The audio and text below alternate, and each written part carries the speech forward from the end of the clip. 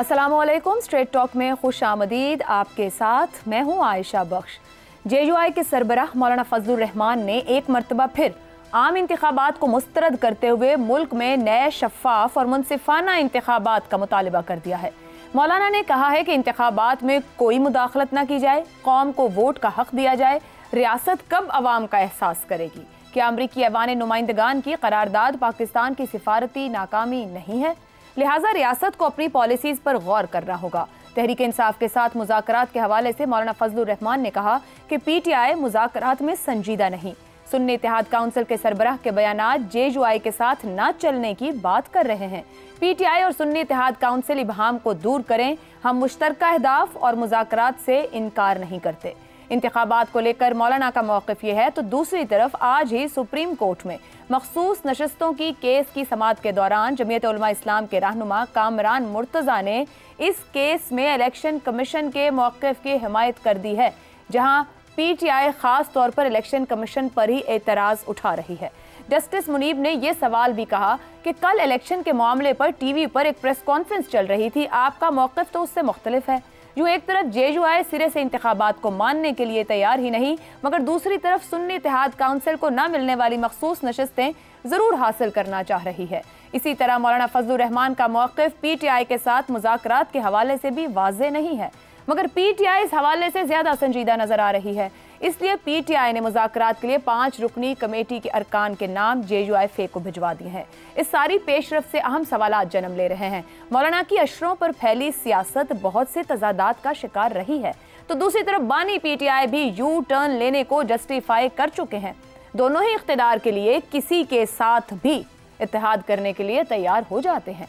ऐसे में कुछ बैद नहीं कि इन दोनों रहनुमाओं की जमातों के दरमियान किसी न किसी तरह का ताउन हो भी जाए, मगर अब मौलाना के ताज़ा बयान के बाद क्या इन दोनों जमातों के गोल पोस्ट अलग अलग नहीं हो गए हैं? इसी मामले पर गुफ्तगू करेंगे। पैनल में हमारे साथ हैं हसन निसार, अबसार आलम, शहजाद चौधरी और जैगम खान। प्रोग्राम का सवाल आप सभी के लिए। PTI का मुतालबा फॉर्म 45 के मुताबिक मैंडेट वापस किया जाए। JUI का नए इंतखाबात का मुतालबा। क्यों मौलाना फजलुर रहमान क्रीज से बाहर निकलकर खेलने की कोशिश कर रहे हैं? हसन निसार साहब, क्या मौलाना PTI के साथ चलना चाहते हैं या फिर नहीं चलना चाहते? आपको लगता है वो क्रीज से बाहर जाके मुतालबा कर रहे हैं? ये पहली बात तो ये है कि आपने ये क्रीज क्रूज वाला जो लफ्ज़ है ना, ये बड़ा फजूल है, रेलेवेंट लफ्ज़ है। अच्छा। पाकिस्तान एक बुसकुशी का मैदान है। मुझे नहीं पता कि आपको बुसकुशी के बारे में कोई अंदाज़ा है या नहीं है। एक फिल्म है हॉर्समैन, वो देख लें, जैक पैलेंस की और उमर शरीफ की। पाकिस्तान में कौन सा क्रीज है? कुछ भी नहीं, लगा दा लग जाता है, बस वो अलल टप चल रहा है। ये तो क्रीज क्रूज तो हो तो निकले तो को फलाना, छोड़ें इनको। इन इलेक्शंस की रह गई क्रेडिबिलिटी। तो भाई मुझे तो अजीब सा ही लग रहा है ये सवाल। आपको इल्म नहीं है या आवाम को ख़बर नहीं है? गुजारिश सिर्फ इतनी सी है कि भाई जारी रखो। ये कुछ करते करते यहाँ पहुँच गए हो, यही कुछ ही जारी रखोगे तो फिर देखो जितनी जल्दी फेयर इलेक्शंस होते हैं उतना ही फेयर और स्क्वायर मुस्तकबिल होगा आपका, स्क्वायर होगा वो। अदरवाइज फिर क्वेश्चन मार्क्स हैं बहुत सारे, वक्त उसका जवाब दे देगा। हसन निसार साहब, मगर हर कोई अपनी हद को देखकर सियासी तौर पर गिव एंड टेक होते हैं, नो डाउट, मगर हद देखकर मुतालबा रखा जाता है। ये मुतालबा तो PTI भी नहीं कर रही है कि नए इंतखाबात की तरफ जाएं। वो तो फॉर्म 45 को कह रहे हैं कि जहां जहां हमारी बनती है वो हमें दे दी जाए, उसको देखते हुए। मगर मौलाना का इलेक्शन मांगना हद से बाहर नहीं। ना ना ना ना ना बिल्कुल हद से बाहर नहीं। दोनों एक ही चीज मांग रहे हैं। अच्छा, मांगने का तरीका अपना अपना है उनका। चूंकि उनको दे आर कॉन्फिडेंट कि उनको बहुत ज्यादा सीटें उनकी खाई गई हैं या मारी गई हैं या चुराई गई हैं, तो वो कह रहे हैं फॉर्म फलाना फलाना। मांगत तो मांग ही रहा है। मगर सर मौलाना की जमात तो आज सुप्रीम कोर्ट में कह रही है कि मखसूस नशिस्तों के मामले में इलेक्शन कमीशन के पॉइंट ऑफ व्यू के साथ खड़े हैं। वो ठीक कह रहे हैं, मखसूस नशिस्तें नहीं मिलनी चाहिए सुन्नी इत्तेहाद काउंसिल वालों को। नहीं, नेशनल कैरेक्टर है, उसके मुताबिक हमारे लोग जो हैं वो बिहेव कर रहे हैं। जो जिसको ज्यादा सूट कर रहा है वो उसकी बात कर रहा है। उनका ये जो सुन्नी कौंसल, ये इनके तो मैंने नाम कभी नहीं सुने थे, ये आ गए हैं। वो लगा दा, मैंने अभी नहीं कहा, ये मुल्क, इसमें कोई क्रीज क्रूज, कोई असूल, कोई कायदा ज़ाब्ता कानून तो है नहीं। ये बुसकशी का मैदान है, जिसका जो दिल करता है वो कटा खींच के ले जाता है। चलें, जो दिल करता है। तो एक बात बताइए, आपने सूट करने की बात किया, क्या पीटीआई और जेयूआईएफए एक दूसरे को सूट करती हैं? देखो, स्लीपिंग विद द एनिमी एक मुहावरा भी है, एक फिल्म भी है। तो हमारे यहाँ तो बुनियादी तौर पे कैरेक्टरलेस लोग हैं। अशराफिया तो खैर तो कैरेक्टर ही नहीं है कोई। अवाम तक क्या हैं लोग? मुझे कभी खुदा की कसम ठंडे दिल से कभी सोचो, अपने वजूद पे शर्म आती है। किस लेवल पे कहाँ जाके खड़े हैं एज अ नेशन? कौन है हम? सड़कों पे रवैया अपना देख लो, गलियों में, बाजारों में, मोहल्लों में। हुआ हुई ऐसी चोरी चकारी की आज मैंने खबरें पढ़ी हैं, हैरान रह गया मैं। मुमकिन ही नहीं है, लेकिन वो हुआ, बंदे भी पकड़े गए। ठीक, तो ये सियासतदान बस यही हमारा असली चेहरा है, बस ठीक है। अफसार साहब, ये भी एक सवाल हो गया कि क्या वाकई ये सियासतदान हमारा चेहरा है? मगर पीटीआई और जेयूआई एक दूसरे के साथ ताउन, इत्तेहाद और संजीदगी को सवालिया निशान बना रहे हैं। आपके ख्याल में कौन किसकी बड़ी ज़रूरत है, या कौन किसके साथ गेम कर रहा है? सब मिलके पाकिस्तान के अवाम के साथ गेम कर रहे हैं, और इसके अलावा कुछ नहीं। पावर पॉलिटिक्स हो रही है, मुख्तलिफ पावर सेंटर्स हैं। हर किसी को सियासत का शौक़ है, लेकिन सियासत वो अवाम के मफाद या अवाम की बेहतरी के लिए नहीं कर रहे। वो सियासत कर रहे हैं अपने ग्रोही मफादात के लिए, ज़ाती मफादात के लिए, ख़ानदानी मफादात के लिए। जो भी जितने भी पावर सेंटर, सबकी मैं बात कर रहा हूँ, और उसका नतीजा यही निकलना जो निकल रहा है। इसके अलावा मैं क्या कह सकता हूँ? बाकी जो है मेरी जो इतला है वो ये है कि पीटीआई नहीं फौरी इलेक्शन शायद चाहती, जेयूआई ये मुतालबा कर रही है। क्रीज से वो मौलाना साहब निकलने की एक्टिंग तो करते हैं, हमेशा निकलते नहीं है क्रीज से। अच्छा। आपने देखा नहीं पिछले 5 साल उन्होंने कितनी बार क्या क्या धमकियाँ दी, 2 दफ़ा उन्होंने लॉन्ग मार्च भी किया, पूरे मुल्क में जलसे करते रहे। देखिए, अपने वर्कर्स का लहू भी तो गुरबाना होता है ना, उनको इंटैक्ट भी रखना होता है, पॉलिटिकल पार्टी को आपने जोड़ के भी रखना होता है, जिम्मेदारियाँ होती हैं लीडर्स की। तो ये सब वो हो रहा है कि आपको पावर गेम में कितना शेयर मिल रहा है। और इस वक्त ज़ाहिर है हुकूमत हुकूमत की हालत पतली नहीं, हुकूमत है ही नहीं। और IMF ने वो जो बजट आपका बनवा दिया है, उस पर जो रिएक्शन आ रहा है लोगों से, उस पर हर कोई अपना अपना पेड़ा लेके आ गया रोटियां लगाने के लिए। तो लगाएंगे लोग। ये तो हुकूमत को सोचना चाहिए ना कि कितनी रोटियां किस किस को लगा के दे सकते हैं। अफसार साहब, अगर ये क्रीज से बाहर शॉट नहीं है, जो आपने गुफ्तगू की, ANP ने भी आवाज़ उठाई है आज नए इंतखाब के लिए, क्या मौलाना पावर गेम में शेयर के लिए ये दबाव बनाने की कोशिश कर रहे हैं कि चंद जमातें इकट्ठी हों, कुछ सड़क पर हम बोझ डालें तो वहाँ कुछ ना कुछ मामला आसान हो जाए? जी, सड़क पे बोझ डालने के लिए तो ज़ाहिर है दूसरी सियासी जमातें चाहिए, लेकिन ANP और फजल रहमान मौलाना साहब का आपस में कितने इख्तलाफात हैं। आपको याद होगा PDM की गवर्नमेंट के दौरान जब गवर्नर खैबर पख्तूनख्वा के लगाने पे कितना अरसा एक स्टेलमेट रहा। ANP चाहती थी उनका गवर्नर, JUI चाहती थी उनका गवर्नर, और फिर JUI का ही लगा। तो उनके इख्तलाफात तो दहाइयों पुराने हैं आपस में, लेकिन ज़ाहिर है इंतखाबी इत्तेहाद में भी शामिल रहे हैं, अब भी हो सकते हैं, लेकिन इससे बनेगा कुछ नहीं, इससे फ़ायदा कुछ नहीं होगा। इस तरह के इंतखाबी इत्तेहाद से वो तभी होगा अगर PTI के साथ ऑन बोर्ड आते हैं वो। लेकिन मेरा नहीं ख्याल कि PTI के साथ ऑन बोर्ड आएंगे तो PTI का अपना मौक़िफ़ भी कमज़ोर होगा, और JUI का भी। जहाँ तक KP के इंतखाबात की क्रेडिबिलिटी का सवाल है, JUI की सबसे बड़ी शिकायत KP के इंतखाबात के बारे में है, और जो चीफ़ मिनिस्टर है KP का वो मौलाना साहब के हल्के और उन्हीं के शहर का है, और वहाँ से मौलाना साहब हार चुके हैं। तो इसलिए सबसे ज़्यादा शिकायत जो JUI को है वो KP से, और KP में PTI फाते है। तो ये किसी सिरे बात बैठनी नहीं है, सिर्फ ये है कि आप कितना शोर मचा के अपने लिए कितना हिस्सा ज़्यादा अगले इंतखाबात में, या अगली जो पावर शेयरिंग है, पावर शेयरिंग भी एक चीज़ होती है ना कहीं। जैसे आज इलेक्शन कमीशन को उन्होंने उनके मौक़िफ़ आपने भी बताया कि सपोर्ट कर दिया JUI ने इस रिज़र्व सीट्स के मामले में। रिज़र्व सीट्स का फ़ायदा तो JUI को भी हुआ है ना। तो कुछ ना कुछ ये जो मुतालबे हैं ना सड़कों पे आने के, देखिए मुतालबा उनका असूली तौर पे ठीक है कि नए इंतखाबात होने चाहिए, और वोट का आवाम को, कौम को वोट का हक मिलना चाहिए और इसमें किसी किस्म की इंटरफेरेंस किसी को नहीं करनी चाहिए। ये उनकी बात असूली तौर पर मगर फिर उनको मखसूस नशिस्तें भी नहीं ना लेनी, मतलब पूरी बात ठीक नहीं कर रहे, आधी बात ठीक कर रहे हैं, तो इसका मतलब है कि कहीं तो कुछ गलत है। आधी बात पूरी ठीक करेंगे, मफाद पॉलिटिकल मफाद लेंगे ज़रूर, और वो कर रहे हैं और वो अभी भी ये बात ठीक कर रहे हैं, लेकिन साथ कुछ ना कुछ और कहीं ना कहीं से कुछ पावर शेयरिंग हो जाएगी तो मामला थोड़ा सा खामोश हो जाएंगे, फिर आगे चल पड़ेंगे। वैसे मैं बात करूं कि कल उन्होंने जो बात की है कि इंतखाबात होने चाहिए और वोट का हक मिलना चाहिए लोगों को, ये बात उनकी असूली तौर पे ठीक है। और अल्टीमेटली जो बहरान है जिसमें हम फंसे हुए हैं कई सालों से, ये हल तभी होना है कि एक दफ़ा इंतखाबात पहली दफ़ा दुरुस्त हों और फिर उसके बाद मुसलसल उसके लिए इन सबको दुरुस्त होने की शायद ज़रूरत होगी अब्सार साहब, जो कि मुमकिन दिखाई किसको दुरुस्त होने की? तमाम ही सियासी जमातों को, तभी तो है कि तस्लीम करेंगे। जी बिल्कुल होंगे, ठीक हो गया। सिर्फ सियासी जमातों को नहीं, देखिए थोड़ा सा मैं सभी को जरूरत करूंगा तमाम स्टेक होल्डर्स, सियासी जमातों को वाकई दुरुस्त होने की जरूरत है, लेकिन और भी हमारे यहाँ पावर सेंटर्स हैं, ठीक है, उनको भी दुरुस्त होने की जरूरत है। अगर इसी तरह चलता रहा तो फिर वो पावर सेंटर रह जाएंगे। अवाम तो देख लें क्या हाल हो गया है और क्या क्या लोग, कौन कौन से लोग सड़कों पे। जमात इस्लामी को आप भूल गई, वो आ रहे हैं 12 जुलाई को यहाँ पे धरना देने इस्लामाबाद में। तो हमारे लिए तो रौनक दोबारा लग रही है। अब वो एक धरना उनका आ जाएगा। अल्लाह कौम पे रहम करे ऐसी रौनकों से। अभी उसूल की बात की अब्सार साहब ने कि मौलाना उसूल की बात कर रहे हैं, लेकिन दिखता यह है कि मीठा मीठा हप हप और कड़वा कड़वा थू थू। शहजाद साहब, पीटीआई एक तरफ दीवार के साथ लगी नजर आती है, दूसरी तरफ वो सिस्टम का हिस्सा है केपी में। इसी तरह मौलाना साहब सिस्टम से आउट हैं मगर वो पार्लियामेंट में मौजूद हैं और नए इंतखाब का मुतालबा कर रहे हैं। क्या दोनों जमातों का गोल पोस्ट एक ही है, मुख्तलिफ है?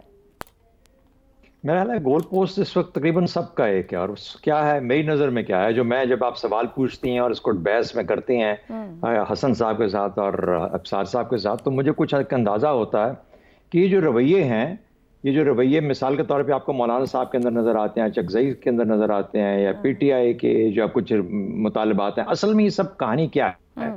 बात यह है कि ना इलेक्शन की साख है जो कि इलेक्शन हुए जिनकी बुनियाद पे ये हुकूमत अपने वजूद में आई है, ना ही सियासत की साख है। ये इसलिए नहीं कि क्योंकि पीएमएलएन वहाँ पे है ना, पीएमएलएन खुश से खुश होगी मुकम्मल तौर पर।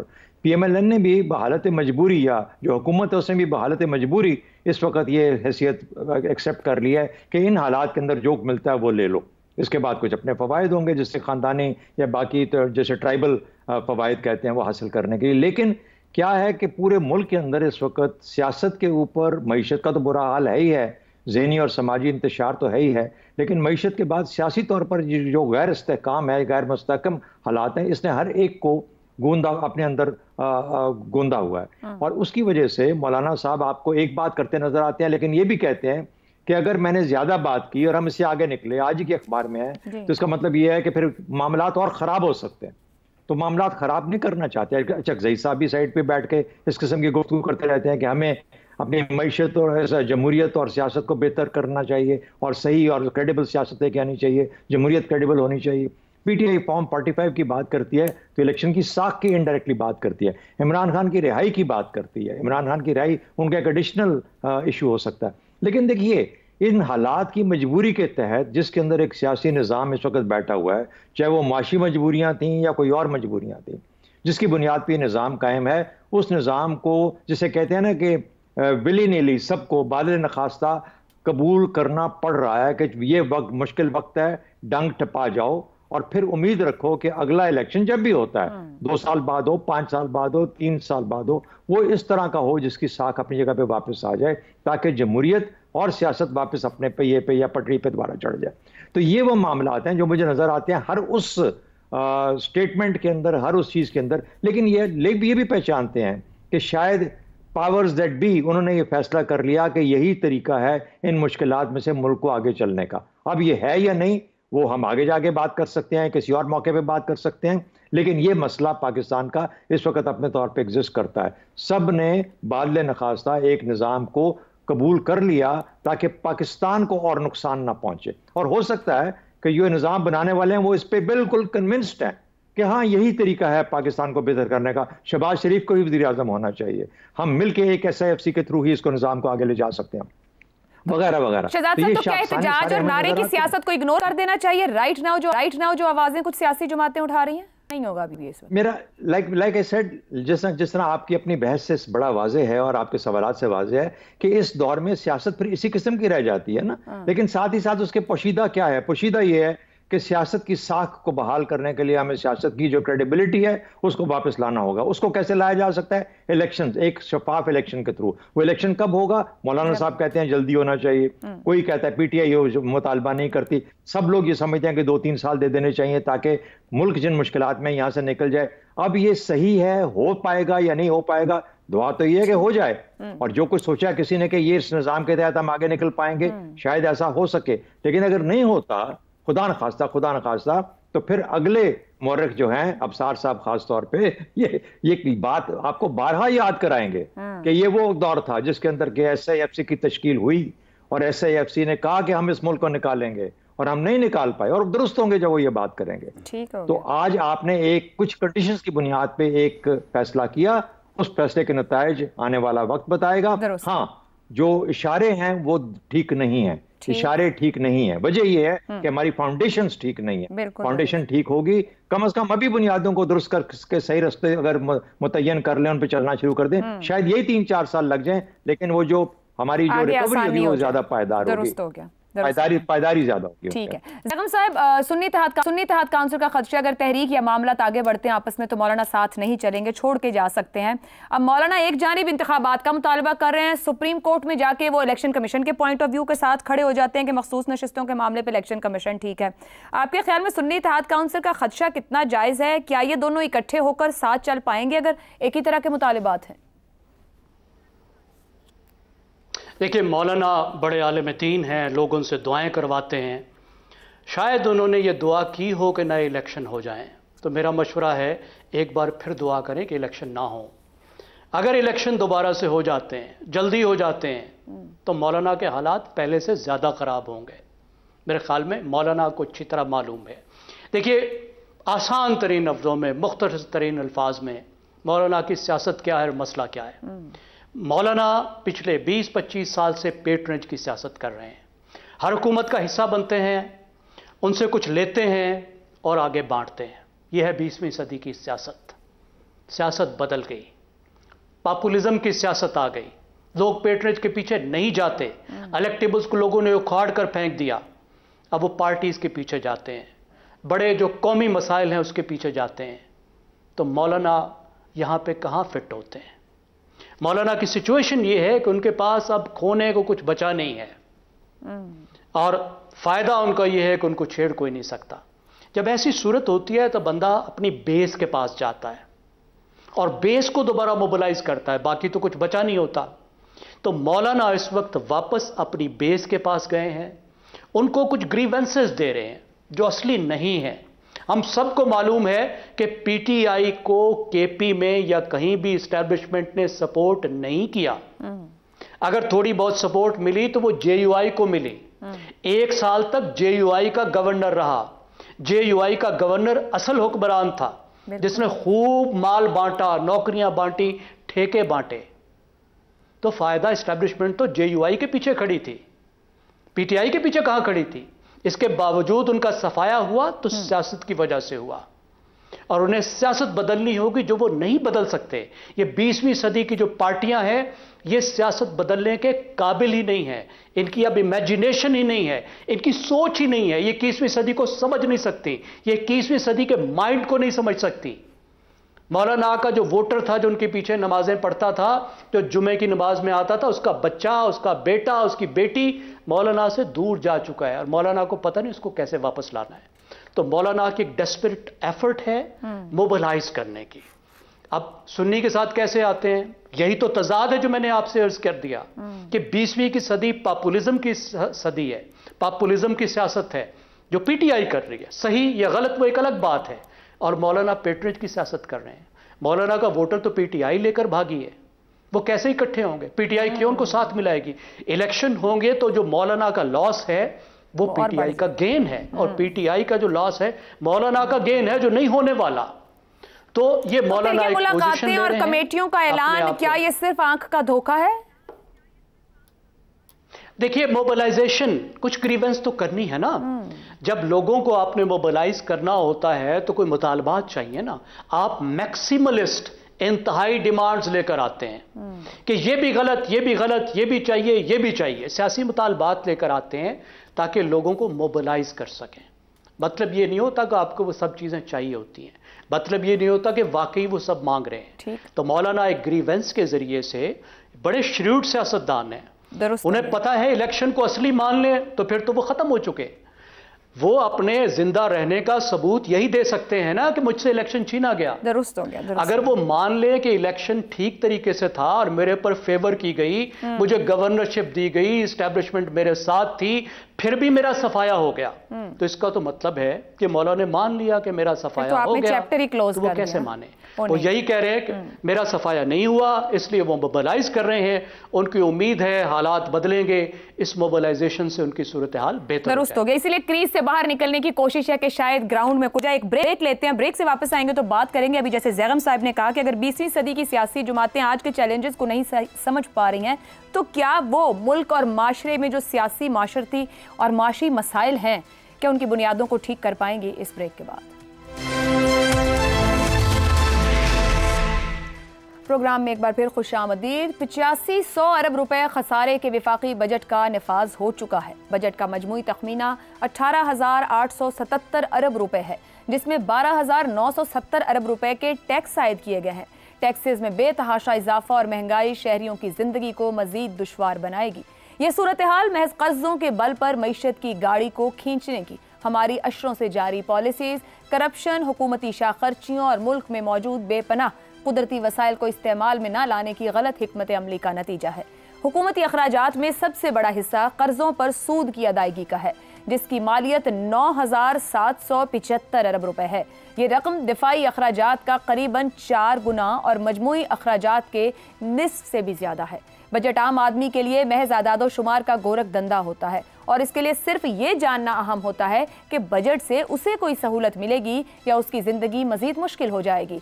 इस तनाजुर में यह अमर वाज़ेह है कि 12,970 अरब रुपए के टैक्सों का बोझ बिल आखिर सारिफ को मुंतकिल होगा और सबसे ज्यादा मुश्किल का सामना तनख्वाहदार तबके को करना पड़ेगा, क्योंकि आमदनी पर पूरा टैक्स भी सिर्फ तनख्वाहदार तबका ही देता है। लेकिन सितम ज़रीफ़ी यह है कि बजट में तनख्वाहदार अफराद की आमदनी पर टैक्स में बेपनाह इजाफा कर दिया गया है। हुकूमत ने सरकारी मुलाजिमों हत्ता के अरकान पार्लियामेंट के माली वसाइल में भी भारी इजाफे किए हैं, लेकिन निजी शोबे के मुलाजमीन की तनख्वाहों में इजाफे की कोई जमानत मुहैया नहीं की गई। लिहाजा बजट के मनफी असरात से शहरियों की बहुत बड़ी तादाद यकीनी तौर पर बुरी तरह मुतासिर होगी। खसारे के बावजूद हुकूमत ने 1400 अरब रुपए विफाकी तरक्याती प्रोग्राम के लिए रखे हैं, जबकि दिफा के लिए 2122 अरब रुपए रखे गए हैं। वजीर खजाना के मुताबिक नॉन फाइलर का तस्वुर खत्म कर दिया जाएगा और हर सतह पर डिजिटलाइजेशन को यकीनी बनाया जाएगा, जो यकीनन खुशाइन बात है, क्योंकि इस तरह टैक्स चोरी मुमकिन नहीं रहेगी, जिसके सबब तनख्वाहदार अफराद पर टैक्सों का भार कम करना मुश्किल नहीं होगा। वजीर खजाना ने मैक्रो इकनॉमी के आशारियों की बेहतरी की बात अगरचे की है और बज़ाहिर दुरुस्त है, लेकिन मईशत की बेहतरी के लिए सरकारी अखराजात में आखिरी मुमकिन हद तक कमी, विफाकी वजारतों की तादाद का महदूद किया जाना, IPPs की लूट खसूट और अशराफिया की मुराद ख़त्म करना ने इस मुल्क छोड़ जाने वाले साबिक सरकारी मुलाजमीन की पेंशन और मुराद का सिलसिला बंद करना भी माशी बहाली के लिए कतई नागुज़ीर है। लिहाजा ज़रूरी है कि इन पहलुओं पर भी तवज्जो दी जाए और इस सिमत में अमली इक़दामात किए जाएं।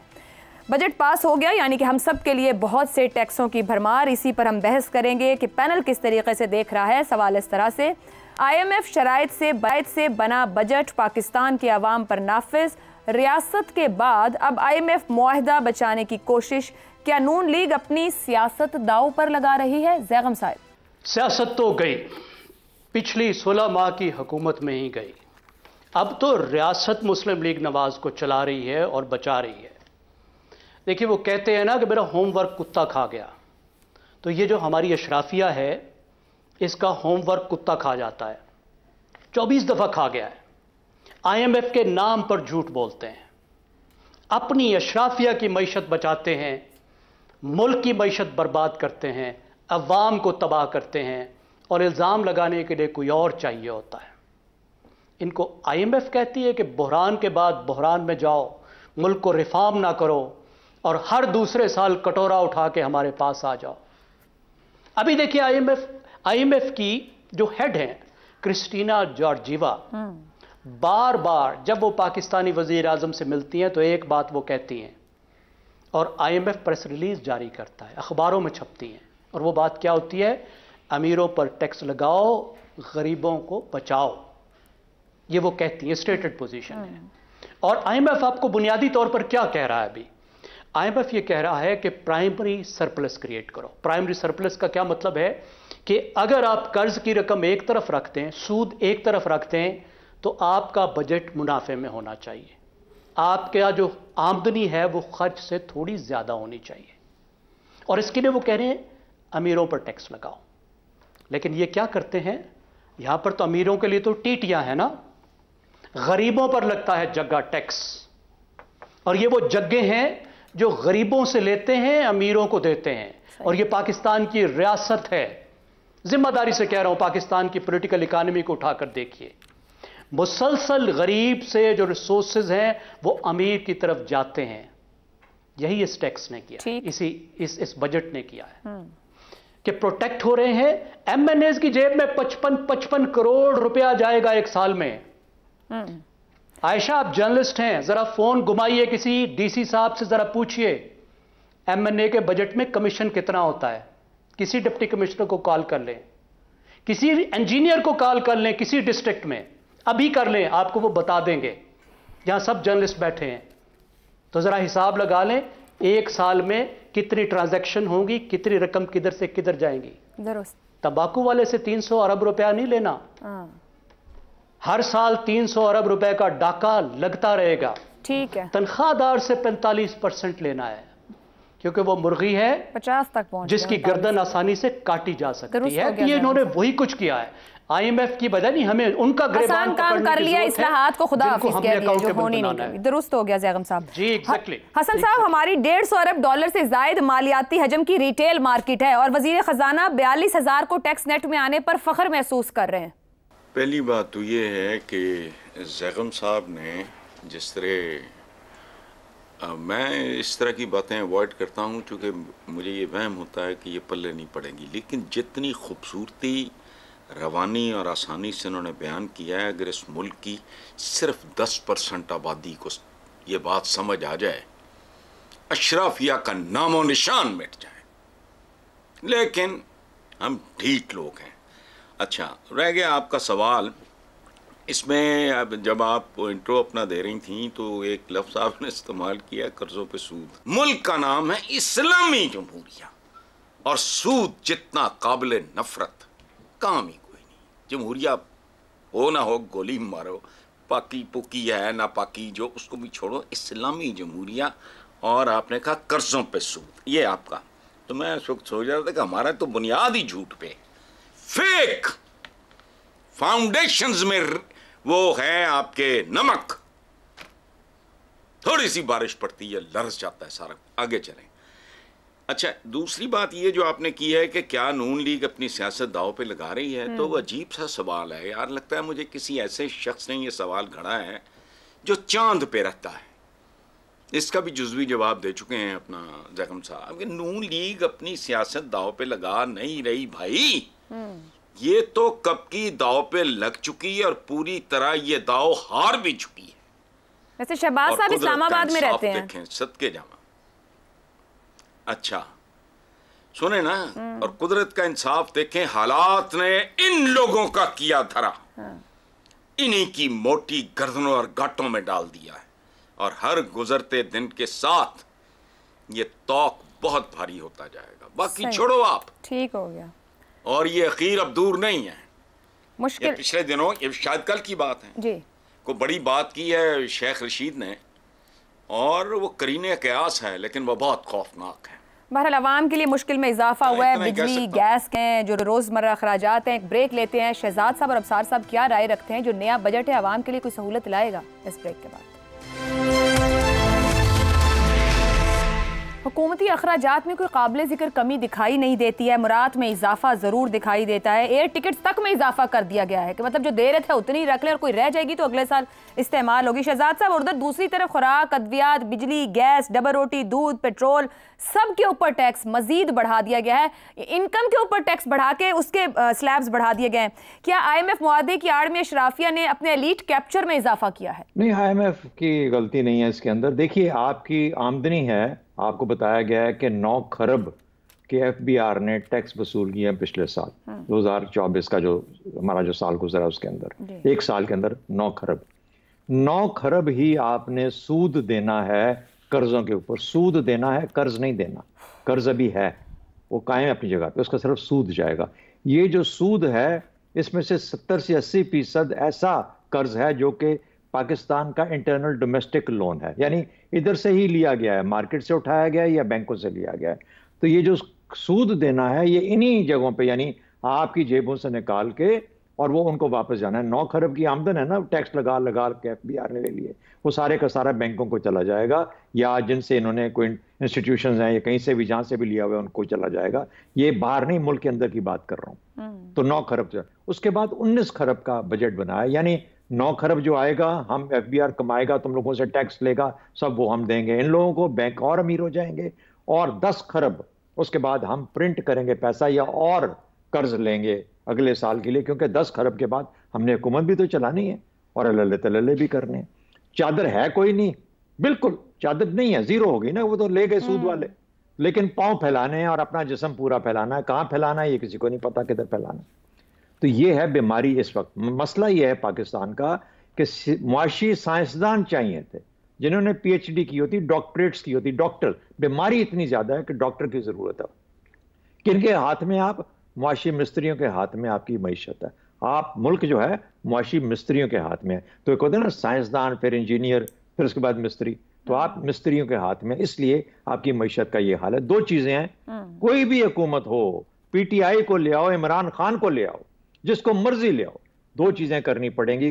कर्ज का बोझ कम करना है और जो बिजली का निजाम तबाह बर्बाद हो चुका है एनर्जी का, इसको किसी तरीके से इसका बोझ कम करना और इसको आसान बनाना है ताकि मुल्क और जिंदगी और सांस का पहिया दोबारा चल सके। वरना इस गर्मी के अंदर तो सांस लेना भी दूभर है। ये वो चीजें हैं जो करने की जरूरत है, लेकिन उसके लिए आप ये जो मिस्त्री हैं इनके बस की बात नहीं। अफसार साहब, अगर वाकई मईशत मिस्त्रियों के हाथ में है तो जनूबी अमेरिका में IMF मुआहिदों के बाद अवामी रद्दमल की मिसालें मौजूद हैं। यहाँ भी एक के बाद एक सियासी जमातों से एसोसिएशन तक एहतजाज की बात कर रहे हैं। क्या फिर पाकिस्तानियों के भी सड़क पे आने का वक्त हो रहा है? ये 76 साल से आप जैसे दानिश्वर लोग कहते रहते हैं कि पाकिस्तान के अवाम सड़कों पे आएंगे, आते नहीं हैं।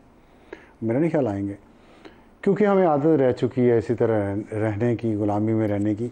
आप यहाँ रियासत की बात हुई कि रियासत मुस्लिम लीग को चला रही है। रियासत किस चिड़िया का नाम है? क्या है रियासत? आपने पता है रियासत ने इस पंजे इस मुल्क के अवाम के सीनों पे कितने गहरे गाड़े हुए हैं, और उस रियासत ने जिस तरह का निज़ाम बनाया हुआ, अपने ऊपर जिस तरह डिपेंड किया हुआ है लोगों को, 10-10, 15-15, 20-20 मुलाजिम घरों में रख के, उस रियासत के घरों में कितने मुलाजिम हैं, सब वो बेचारे बाहर निकल के आपके ख्याल में एहतजाज करेंगे, जुलूस निकालेंगे? ये जो फूड डिलीवरी वाले बच्चे हैं कितने सड़कों पे फिर रहे हैं, वो रोज़ाना मोटरसाइकिल, ये वो मोटरसाइकिल अपनी बंद करके हमारे घरों पे फूड डिलीवरी बंद करके तो वो आके मुजाहरे में शामिल हो जाएंगे। क्या बात करती हैं? इतनी जालिम और बेइंसाफ रियासत दुनिया में कहीं नहीं है इस वक्त। जनूबी अफ्रीका में लोगों में शऊर है और वहाँ वो अपने हुकूक के लिए बाहर आते हैं, वहाँ रियासत इतनी जालिम नहीं है। IMF के साथ हमारी मोहब्बत, मेरी एक थ्योरी है, उस पर आप लोगों को किसी को इतराज़ भी हो सकता है, लेकिन मैं समझता हूँ कि अमेरिका के इशारे पे चलने वाले हमारे यहाँ बहुत हैं। और IMF जो है ना अमेरिका का एक टूल है, लेकिन हमारी मोहब्बत IMF के लिए ख़त्म ही नहीं होती। हम शायद अपने महबूब से इतने प्यार से बात नहीं करते जब हम IMF का नाम लेते हैं तो उसके बारे में, मतलब सर हम बेचारे कौन हैं, तो हमारी हुकूमतें हैं, पता नहीं हमारी नुमाइंदा भी हैं कि नहीं, हमें तो इसी की समझ नहीं आ सकी आज तक। हुकूमत को छोड़े ना, हुकूमत तो नहीं नुमाइंदा ना, हुकूमत तो हाइब्रिड निज़ाम है, वो तो आपने बता दिया कि चलेगा, ऐसा ही है, चलाओ तो चल रहा है हाइब्रिड। बात ये कर नुमाइंदा होना हो। IMF जो है वो कहती है अमीरों पे टैक्स लगाओ, गरीबों पे ना लगाओ, और हम कितने जो हैं वो बदतहजीब हैं और हम नाखल्फ हैं, नाफरमान हैं। हम IMF की बात नहीं मानते, हम अमीरों को फिर छोड़ देते हैं, गरीबों पे लगा देते हैं, और IMF जो है ना वो कोने में जाके बैठ के दही खाना शुरू कर देता है। लेकिन PTI की हुकूमत 2021 में पेट्रोल की कीमतें कम करेगी जिससे गरीब को फायदा हुआ, तो IMF ने मुआहदा तोड़ दिया, बंद कर दिया। कर देना आज IMF मुआहदा खत्म कर देना। आज अमीरों को इस बजट में रिलीफ मिला है ना और गरीबों को नहीं मिला, तो IMF कर दे बंद। नहीं करेगा, क्योंकि IMF अमेरिका का टूल है और अमेरिका को पता है कि उसने अपने यहाँ पे चमचे जो हैं, जो हमारी अशराफिया अमेरिका की चमची है, उसको उसे खुश रखना है। ठीक वो आगे आवाम को लगा के रखते हैं। ये है पूरी गेम। और लेकिन हम कहते हैं IMF कुछ नहीं कहती जब तक हम IMF से जान नहीं छुड़वाएंगे और अंदर नहीं देखेंगे। खुद ईरान देख लें, आपके साथ है। तो फिर 20वीं सदी की सियासी जुबातें हमारे किसी चैलेंज का हल ले सकती हैं। प्रोग्राम का वक्त खत्म हो गया। आज के लिए इतना ही, इजाजत दीजिए। अल्लाह हाफिज।